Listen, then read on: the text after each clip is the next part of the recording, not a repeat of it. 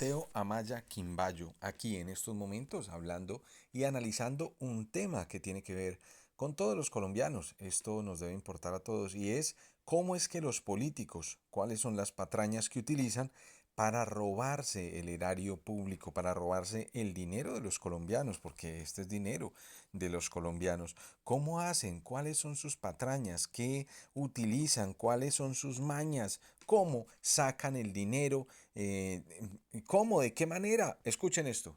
De todos estos escándalos de corrupción que hemos estado hablando en las últimas semanas e incluso meses, nos hace falta respondernos una pequeña pregunta y es ¿cómo los políticos nos roban? ¿Cuál es la manera, las maneras específicas cómo las personas se roban el dinero público? Sabemos que muchos políticos son corruptos, pero ¿cómo lo hacen? Existen muchos tipos de corrupción, pero por lo menos en Colombia el más típico es la corrupción en contratación pública. Y en este tipo de corrupción existen muchas modalidades. Primero están los contratos traje o contratos muy específicos que hacen que solamente un oferente pueda cumplirlos y de esa manera es la única persona a la que se le puede entregar ese contrato. Por poner un solo ejemplo, digamos que en las condiciones de la contratación diga que la empresa debe tener 151 trabajadores, que tiene que estar en el municipio de Cocorná, Antioquia, y que además de eso tiene que tener una vida de unos 10 años. Y justamente sucede que existe una sola empresa en toda Colombia que tenga esas condiciones.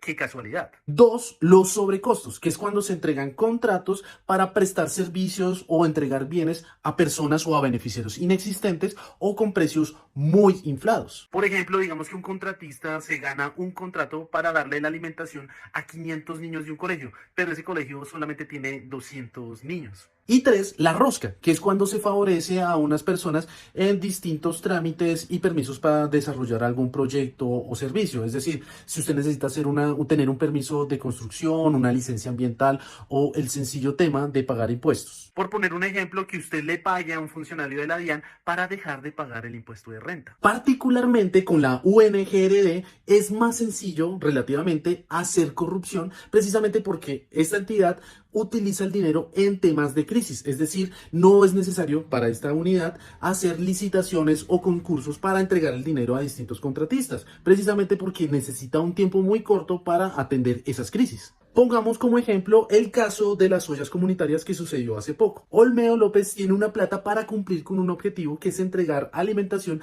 a las juntas de acciones locales de algunos territorios, de algunos municipios, y esta persona pues simplemente le entrega la plata a unos contratistas amigos y estos contratistas amigos hacen el servicio. Sin embargo, ellos entregan un huevo que puede costar unos 200 pesos, lo entregan por ahí a 2.000 pesos y obviamente se quedan con ese sobradito. Y en el caso más escandaloso de todos, que nos tiene a todos los colombianos hablando de corrupción, en el que se trata de pagarle a los congresistas una plata para que estos apoyen las reformas del gobierno en el Congreso, la cosa más o menos es así. El Ministerio de Hacienda, Ricardo Bonilla, gira una plata a la UNGRD y luego este ministro junto con sus asesores comienzan a preguntar por unos casos específicos en distintos departamentos de Arauca, Bolívar y Córdoba con el fin de que inventarse unas crisis en estos departamentos y en unos municipios específicos para ya luego entregarle esa plata a unos contratistas que son muy amigos de unos congresistas a los cuales ellos necesitan enmermelar pues para que pasen sus reformas. Así, el gobierno unta a unos congresistas para que apoyen sus reformas y estos congresistas además también le pagan a sus amigos políticos y a sus amigos contratistas con dinero del Estado. Algo que queda claro es que la corrupción no es algo de derecha o de izquierda o de centro, es simplemente la facilidad con la que se puede hacer. Y si la UNGRD es muy fácil de hacer corrupción, es muy probable que siga siendo corrupta. Como dijo por ahí Carlos Carrillo, el actual director de la UNGRD, esta entidad en buenas manos puede hacer cosas muy decentes, pero en manos indecentes puede hacer muchas cosas malas. De esa frase uno se tiene que hacer una pregunta. ¿El presidente Petro no tiene algo de responsabilidad al nombrar en esa entidad a una persona tan corrupta como fue Olmedo López?